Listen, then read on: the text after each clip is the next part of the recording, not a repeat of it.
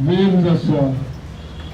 Avant de commencer notre activité, j'invite le camarade Adrien de nous conduire dans la prière. Prions. Ta glorieuse présence, ô Père, parmi nous ce soir est un réconfort. Comptoir d'or agréé à Bouna, même pas en Ituri. Aucun comptoir d'or officiel agréé. Donc tous les 600 kilos d'or qui sont exploités sont exportés de manière frauduleuse via l'Ouganda. Et vous comprenez toute la dynamique économique autour. L'Ouganda ne voudra jamais qu'il y ait la paix dans cette zone, parce que s'il y a la paix, l'État congolais va avoir le contrôle sur ces minerais, sur les circuits de l'exploitation de ces minerais, et c'est l'Ouganda qui perd. Donc l'Ouganda exporte cet or en fait comme si c'était son or. Ce n'est pas tracé, c'est impossible pour nous de dire que c'est nous qui l'avons exploité. Donc, donc ça c'est la situation en territoire de Djougou. En territoire d'Irumu, parce que nous avons 3 territoires problématiques sur les 5 qui comptent l'Ituri. Ceux qui sont problématiques, c'est Djougou, c'est Irumu et Mambasa. Les 2 territoires de l'extrême nord du pays, qui sont d'ailleurs à l'extrême nord-est du Congo, c'est Aru et Mahagi, où il y a pratiquement de la calme. Il n'y a pas de groupe armé là-bas. Alors, à Irumu, la situation a été caractérisée par l'affrontement des cahiers des charges des groupes armés, où les mêmes groupes armés qui ont tué nos populations demandent l'amnistie, demandent de les intégrer dans l'armée, de reconnaître leur grade fantaisiste. Voilà les choses qu'ils demandent.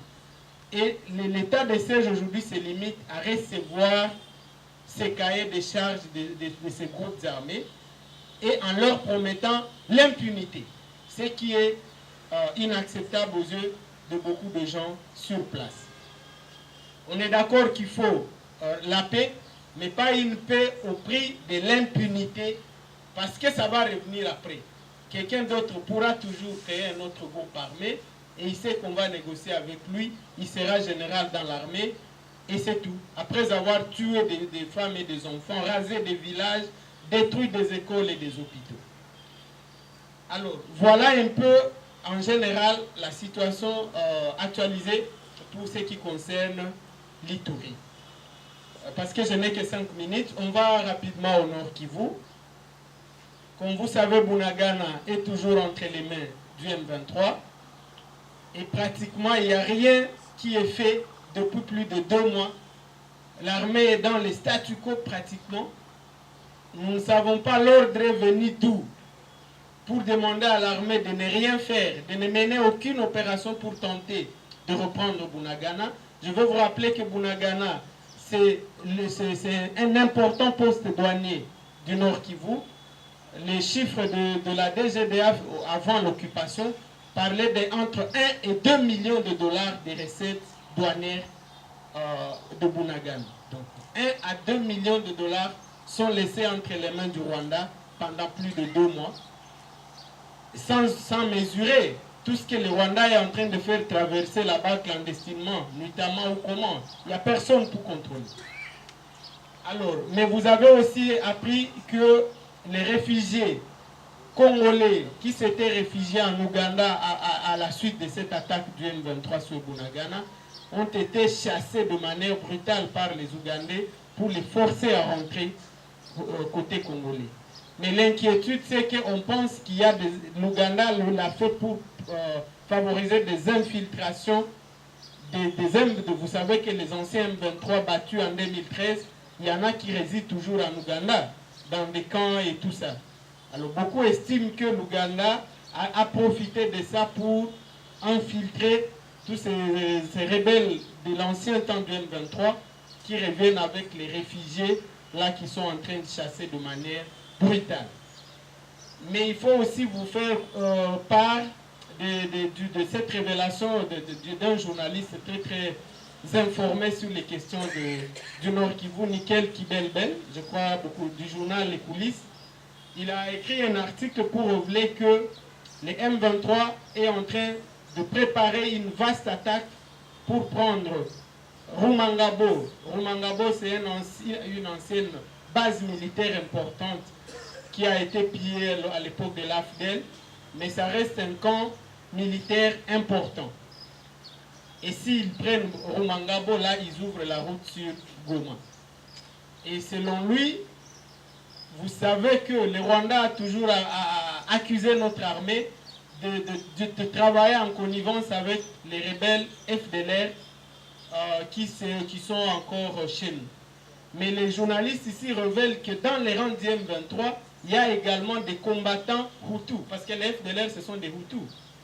Il y a d'autres combattants, des groupes comme Nyatura qui sont actifs là-bas. Les journalistes là montrent que dans les rangs du M23, il n'y a pas que des Tutsis, il y a également des Hutus que le Rwanda nous oppose comme étant des génocidaires, mais lui-même le Rwanda travaille avec eux au sein du M23. Parce que parmi ces Nyatura, il y a également des anciens génocidaires Hutus. Mais le Rwanda les supporte dans le M23, mais nous, il nous dit non, nous, voilà, nous appuyons les FDLR génocidaires. Alors que dans les rangs du M23, ce journaliste, selon ses sources, estime qu'il y aurait également des combattants Hutus génocidaires également. Donc, voilà un peu, je crois, ce que je peux vous dire par rapport à cette situation. Et, comme je disais, au niveau de Kinshasa ici, on ne sent pas grand-chose qui est fait pour contenir toute cette menace. Donc l'Ituri est aujourd'hui abandonné entre les mains des groupes armés. Djougou, ce sont des groupes armés qui se combattent pour l'or. Les ADF qui ont été repoussés en profondeur avec cette histoire de l'entrée de l'armée ougandaise contrôlent aujourd'hui la quasi-totalité de la route nationale numéro 4. La route nationale numéro 4 va de Beni à Kisangani en passant par l'Ituri. Avant l'état de siège, cette route était praticable. Aujourd'hui, les ADF, quand les Ougandais les ont repoussés en profondeur, ils ont quitté le nord Kivu. D'ailleurs, vous entendez, ils n'attaquent plus beaucoup du côté Beni. C'est maintenant en Ituri, dans les territoires de Mambasa et d'Irumu. Et là, Mambasa, c'est un territoire totalement forestier. C'est là qu'il y a la réserve de faune à Okapi. Et quand ils vont arriver là-bas, écoutez, ils vont d'abord disparaître dans cette forêt dense qu'il y a entre l'Ituri, la Chopo et les Haut-Ouélé. Donc, les Haut-Ouélé doivent déjà commencer à se préparer lui aussi à compter des morts et la Chopo. Et du côté de notre armée, on ne sent pas grand-chose pour contenir une si grande menace. Merci beaucoup.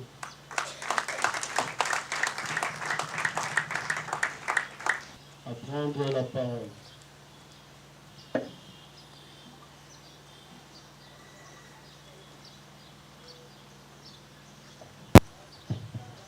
Merci beaucoup, monsieur le modérateur, pour la parole.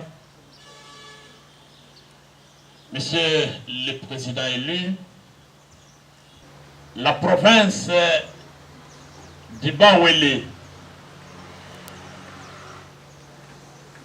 dans la province du Bawele, certains territoires sont aujourd'hui occupés par les groupes armés, les Seleka, les Antibalaka et les Ngororo.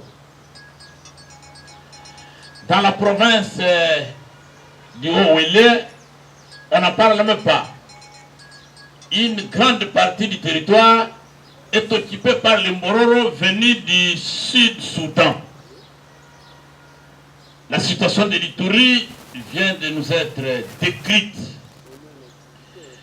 Le Nord Kivu également.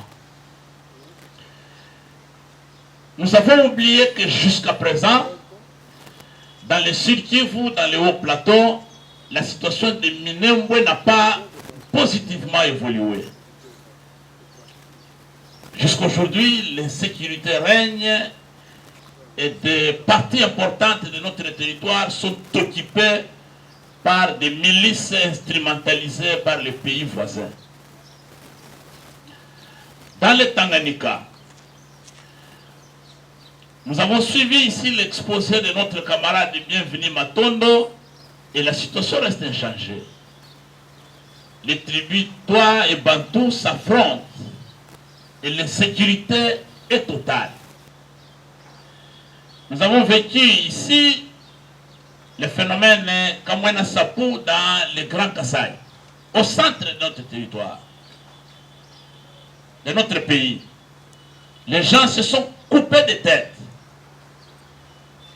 Et comme si tout cela ne suffisait pas, aujourd'hui c'est à la porte de Kinshasa, dans les Mayindombe à Kwamout.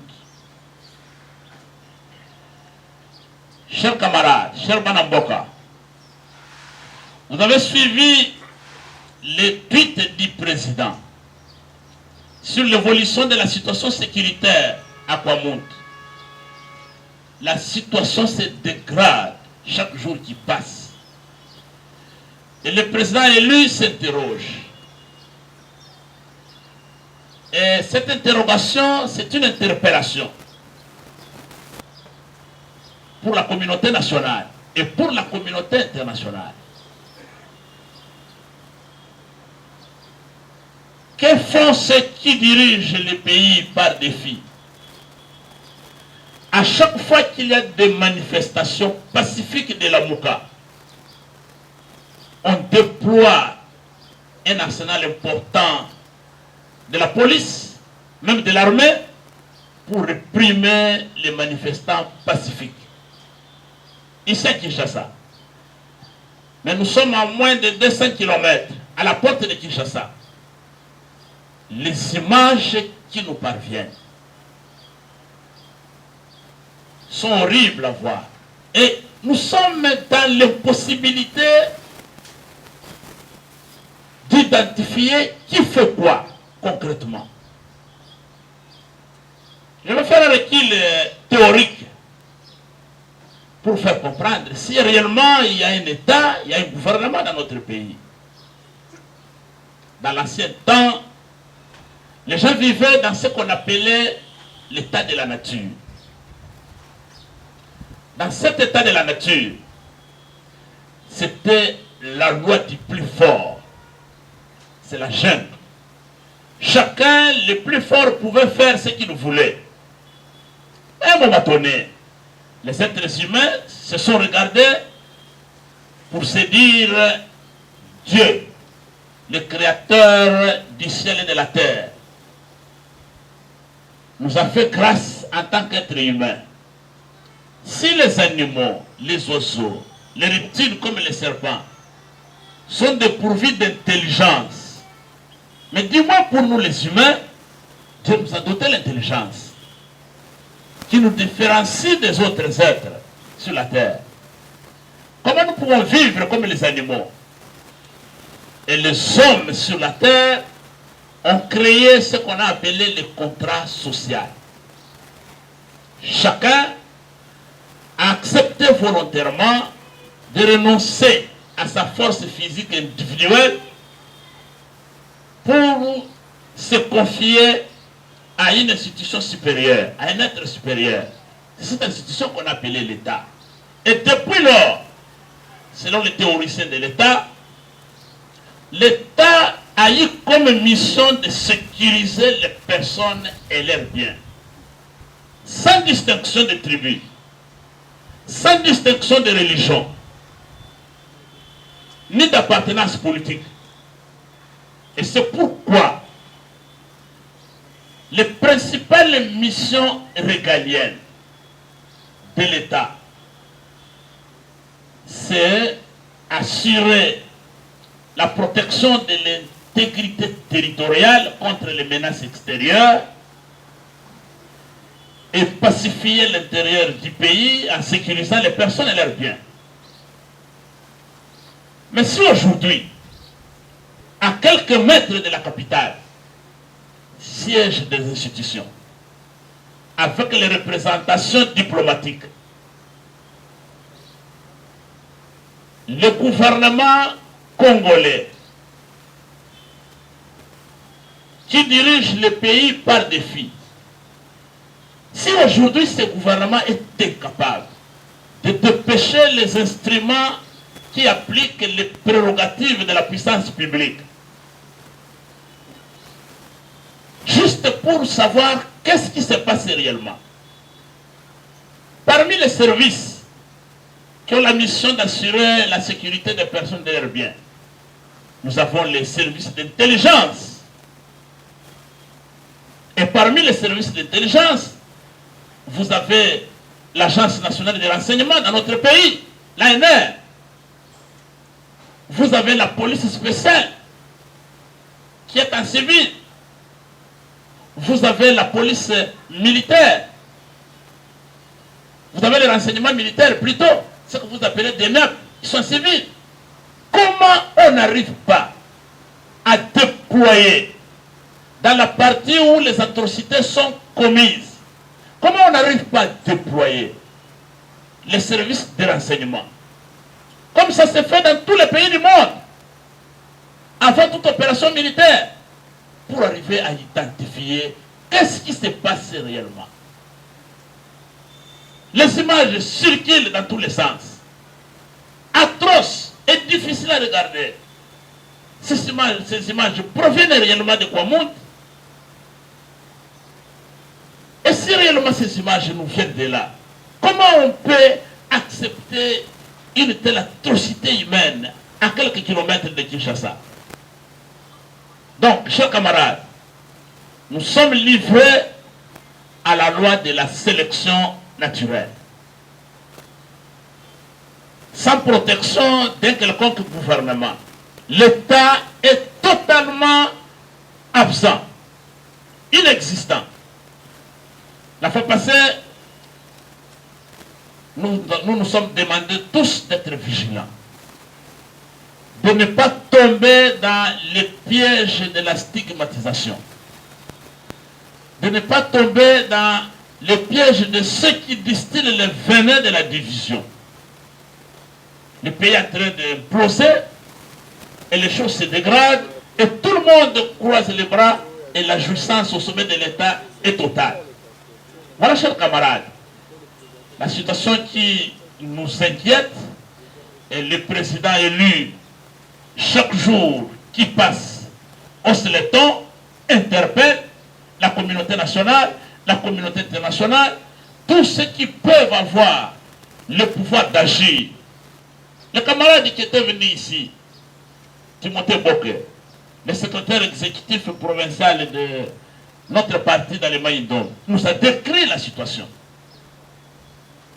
L'équipe gouvernementale qui était descendue, qui s'est arrêtée dans la cité de Kwamoun, n'est pas arrivée dans des zones où les atrocités se commettent.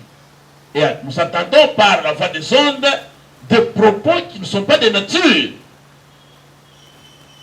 des propos tenus par des responsables gouvernementaux qui ne sont pas de nature à encourager la cohésion entre les tribus. Et nous prenons à témoin la communauté nationale et la communauté internationale que Kinshasa est menacée. Les gens qui quittent les territoires, qui viennent à Kinshasa, il n'y a même pas de dispositif pour contrôler qui entre. Qui entre avec quoi? Et nous risquons de nous retrouver un matin à Kinshasa, on vous dit que Kinshasa est assiégé, les gens sont en train de s'entretuer, et avec la situation démographique de Kinshasa, ça va être une catastrophe humaine incontrôlable. Voilà, chers amis, je vais pouvoir m'arrêter là, et nous attendons vos questions, les commentaires, les gens qui ont des informations supplémentaires pour enrichir les débats d'aujourd'hui. Je vous remercie.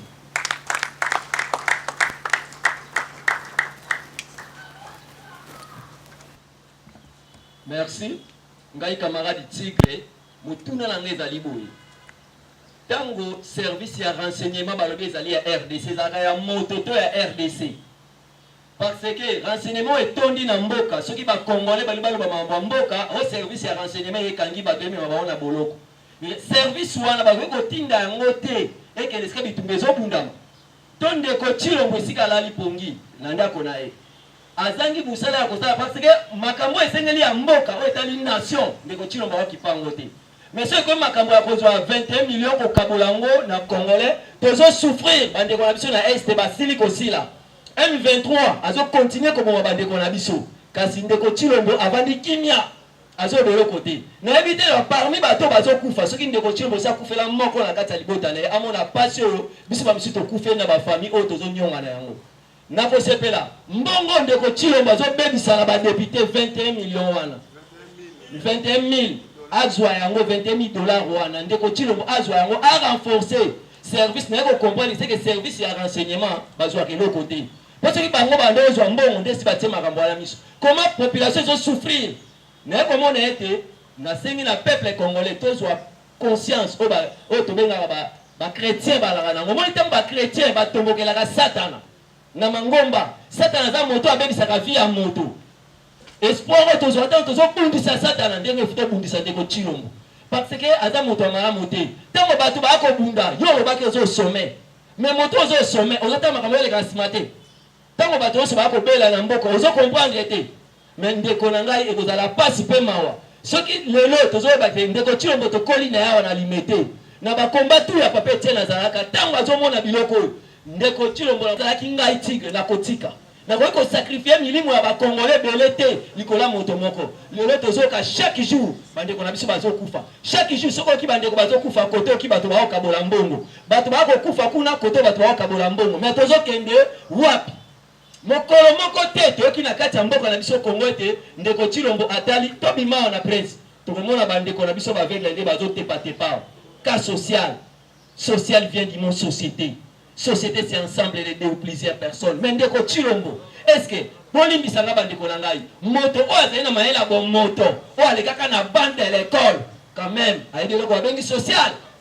Comment ozo diriger tout le que bato mais oza na makasi ya komema bango te déposer mais tozokende tu wapi tango tozotala tala na biso ezokende ndeko na nga oyo virage ya suka autorité tozwaka na mangomba mpona kobengana satana peuple congolais soit conscience affaire oyo eza ya Chilombo te eza ya biso bacongolais soki tolandi ye ezali passe. Merci beaucoup.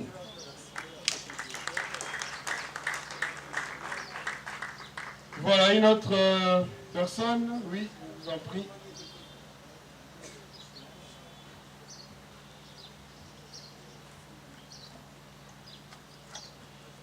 Bonsoir à tout le monde.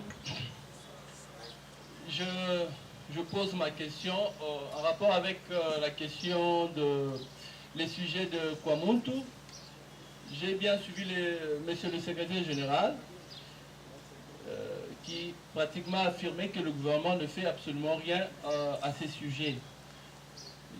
Personnellement, j'ai suivi la descente de la délégation gouvernementale à Kenge. Il y a eu le ministre des Affaires sociales, le ministre de la Justice et également le ministre des Droits humains qui sont arrivés là-bas échanger avec les responsables de la province du Kwango. Alors lorsque vous affirmez que le gouvernement ne fait rien, quelles sont les informations que vous détenez qui affirment, qui attestent que le gouvernement ne fait rien? Parce que nous avons évidemment vu tous ces trois responsables à Kwango échanger avec le responsable du gouvernement provincial. Je reviens également sur la question de Bunagana, précisément sur la question de déploiement de forces de l'EAC. Nous avons suivi sur les ondes que le Rwanda finalement va également dépêcher ses troupes au Congo comme les autres nations membres de l'EAC. Et quelles sont les informations que vous détenez aussi à ce sujet? Nous voulons avoir plus d'éclaircissements. Merci. Une question en plus?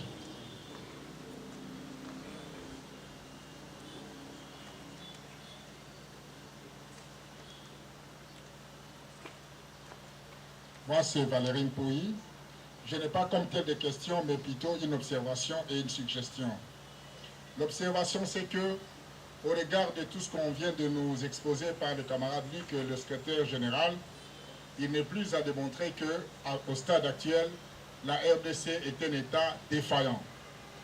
Et s'il faudrait même aller un peu plus loin, qu'est-ce qu'on entend par état défaillant? C'est-à-dire un État qui est incapable d'assurer une justice pour tous, un État incapable de maîtriser les conflits entre les ethnies, un État incapable même d'assurer le minimum possible. Donc, je crois qu'à ce stade, sans être conférencier du jour, notre camarade qui vient de poser la question peut bien comprendre que lorsqu'on ne sait pas doter l'armée de moyens conséquents, lorsqu'on détourne l'argent, les soldes des militaires, et qu'au sommet de l'État, c'est celui-là qui exerce la fonction du chef de l'État qui s'en plaint, qui dit devant les généraux que jamais il n'y a personne qui a déjà dépensé autant de moyens comme moi. Mais est-ce qu'un chef de l'État est là pour se plaindre ou bien pour agir avec tous les instruments de l'État qu'il a? Donc ça, c'était une observation. Au niveau des suggestions, je loue bien cette initiative du parti qui consiste à nous réunir afin d'avoir la matière. Mais vous savez, la force de la pédagogie, c'est entre autres les programmes. Nous avons un bon programme, la matière est là. Les professeurs sont bien équipés parce que ce sont des métiers qui maîtrisent la matière. Mais je voudrais qu'à la longue, on puisse nous amener une carte géographique. Ce n'est pas correct, ce n'est pas facilement assimilable. Lorsqu'on vous explique Irubu, Irengeti, Djougou, comme ça en tête, c'est bon pour celui qui enseigne, mais ce n'est pas facile. Parce que les pédagogues définissent apprendre comme modifier ou acquérir de nouvelles habitudes avec la volonté de l'apprenant. Donc il faudrait qu'à la fin de la formation, il y ait des objectifs. Il n'y a pas d'enseignement sans objectif. Un enseignement prévoit des objectifs. Il y a encore une question à poser. Je demanderai au secrétaire général de répondre à notre camarade.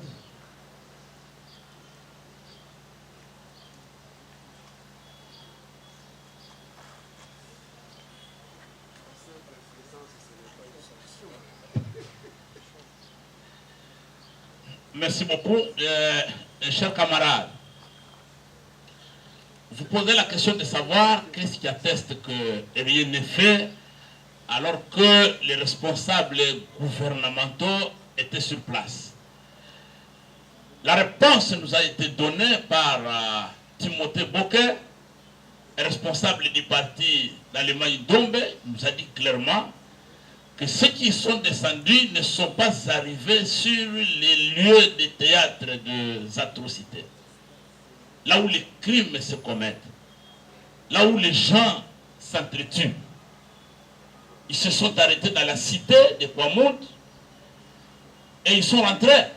La preuve est que vous avez suivi les responsables du gouvernement qui sont allés rencontrer une autre partie en conflit dans la ville de Kenge. Est-ce que c'est là où se déroulent les atrocités? C'est pas possible. Le camarade Valérie Mpoy vient de nous le dire. L'État congolais, avec ce gouvernement illégitime, est en faillite. Et si on ne prend pas, on ne fait pas attention, il sera bientôt mis en liquidation. C'est la raison pour laquelle nous devons nous mobiliser. Mais on s'est posé la question. Si quelque chose était fait, mais pourquoi les atrocités continuent? Pourquoi on continue à enregistrer des blessés, les morts? Jusqu'à ce matin, les images qui circulent sont horribles. Mais pourquoi ce flou artistique par rapport à la situation réelle sur le terrain demeure? Nous parlons bien des services d'intelligence. Les camarades Didier viennent de nous en parler. Est-ce que c'est parce que les services ne sont pas bien payés ou tout simplement parce que c'est une situation qui est en train d'être entretenue pour des objectifs politiques? Voilà, donc, la situation est inquiétante, elle se dégrade chaque jour qui passe, et les interrogations se multiplient, et nous avons des raisons de nous inquiéter, et d'alerter la communauté nationale et internationale. Merci, secrétaire général. Et je pense que je peux aussi ajouter juste un petit mot à notre camarade. Réunir chaque semaine pour qu'on fasse le point sur la situation sécuritaire de notre pays. Nous sommes, je crois, les seuls partis en RDC qui prenons de notre temps chaque semaine pour la question nationale. C'est quelque chose qu'il faut absolument encourager et remercier. Alors, on demande bon, les services de renseignement, qu'est-ce qu'ils existent dans notre pays et ils sont au service de qui? Mais je voudrais dire à mon camarade qu'essayer de fomenter un coup d'État, c'est juste une blague, essayer de fomenter un coup d'État contre le régime qui est là aujourd'hui, ces services vont vous trouver dans les minutes qui suivent. Donc les services de renseignement existent, mais ils sont au service d'un individu pour protéger son pouvoir. Ce n'est pas pour protéger le pays. Si vous demandez à ces services de voir les Rwandais qui viennent nous agresser, ils ne les voient pas. Ils ne voient pas les Ougandais. Vous avez appris que l'armée burundaise est déjà aussi chez nous. Et j'ai lu le communiqué de la présidence burundaise. Et ils disent que c'est le Burundi qui finance l'opération. Mais c'est un échange de quoi? Le Burundi est un pays pauvre, extrêmement pauvre. Il va prendre des millions et il vient, il les gaspille pour nous aider. Voilà la diplomatie qu'on est en train de faire chez nous. J'apprends aussi que le Soudan du Sud va entrer. Le Soudan du Sud qui est déjà en guerre chez lui terriblement, à chez nous là-bas en Ituri parce qu'on est frontalier avec le Soudan du Sud. On accueille plus de 40 000 réfugiés sud-soudanais qui vivent chez nous. Incapables de régler d'abord leurs problèmes là chez eux. Voilà les gens qui vont venir combattre pour nous avec leur argent. Depuis quand, dans ces relations entre États, un État dépense des millions gratuitement pour un autre? Depuis quand? Ça ne se fait pas. Il y a toujours une contrepartie. Et comme nous ne la connaissons pas, c'est donc flou. Je crois que nous, dans nos communications du parti, on va devoir demander à ce régime de nous dire la vérité. C'est quoi la contrepartie de l'arrivée de ces armées-là? C'est très important. Alors, je termine cette question en vous rappelant. Je ne sais pas si vous avez vu une photo qui a circulé sur les réseaux sociaux qui montre un policier qui garde une prison, je crois, à Kabare au sud Kivu. Un policier pieds nus, visiblement affamé, peut-être même impayé, mais qui garde, on nous parle d'une centaine de prisonniers. S'il vous plaît. S'il vous plaît. Un policier affamé, pieds nus, non équipé, peut-être même pas de tenue. J'apprends que même nos militaires ne sont plus dotés en tenue, ni en bottines, ni en rien. Et c'est ça, ces messieurs, que vous demandez de garder une prison où il y a une centaine de détenus. Vous voyez? Et les gens sont en train de se distribuer dans l'insolence des milliers d'argent du contribuable congolais. Ils sont dans la fête, ils sont dans les voyages, dans les mariages, s'il vous plaît. Je crois que si les gens étaient honnêtes, ils devaient déjà démissionner. C'est la plus simple des choses à faire, ils devaient démissionner. Alors, on me demande, le Rwanda, de l'histoire de l'EAC. On dit que finalement, c'est une révélation de RFI que nous avons tous suivi, que finalement, le Rwanda a pesé pour que lui aussi fasse partie de ces forces qui seront déployées chez nous de l'EAC. Et la question de savoir pourquoi ces gens se battent absolument à venir chez nous. Qu'est-ce qu'il y a? Qu'est-ce qui vient? Pourquoi ils se battent? Tout le monde veut absolument y être. Voilà toute la question. C'est que ces gens ne nous disent pas. Parce qu'ils ne peuvent pas se battre pour rien, pour venir dépenser leur argent, faire tuer leurs militaires chez nous pour rien. Non. Alors, on a appris ça, mais sachez même que si même l'armée rwandaise ne venait pas, c'est que l'EAC, ceux qui sont chargés des renseignements des troupes de l'EAC, c'est le Rwanda. Et vous savez que la guerre, c'est les renseignements. C'est le Rwanda, même s'ils n'amenaient pas ces gens ici, ces militaires seront là pour coordonner les renseignements des opérations de l'EAC. Donc ils seront de toutes les façons, ils seront là.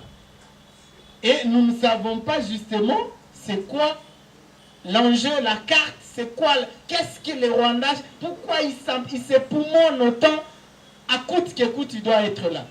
Coûte que coûte, le Kenya veut être là, coûte que coûte la Tanzanie, coûte que coûte le Burundi, le Soudan du Sud.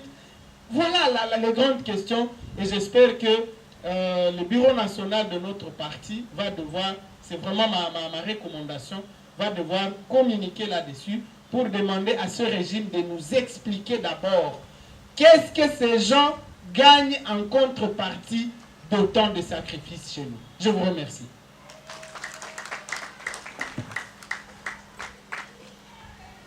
En plus de ce que le camarade Luc vient de dire, si cela se vérifie que le Rwanda envoie ses troupes, je m'amènerai à dire tout simplement que le contraire m'aurait étonné. C'est-à-dire tout ce qui a été fait en avant n'était qu'une mascarade. Parce que l'acteur principal même de la venue de ces troupes-là de EAC au Congo, c'est pas quelqu'un d'autre que Kagame. Et on ne pouvait pas comprendre que ces pays-là envoient leurs troupes sans que les troupes rwandaises viennent. Comme on dit, mentez, mentez, il en restera toujours quelque chose. Et cela ne peut pas nous étonner que le Rwanda soit là, parce que c'est le Rwanda qui a donné le pouvoir à Félix, c'est le Rwanda qui doit toujours tout contrôler, c'est le Rwanda qui est le maître, l'acteur principal de tout ce qui se fait à l'est du Congo. Donc, leur mensonge finit par apparaître. Donc, c'est comme ça que moi, je peux expliquer cela. Nous passons à la deuxième étape des questions-réponses. Oui. Les camarades Lexus, et puis vous venez. Merci beaucoup. Moi, c'est pas tellement une question. J'aimerais juste tirer votre attention pour notre ami qui a posé la question sur Kwamut.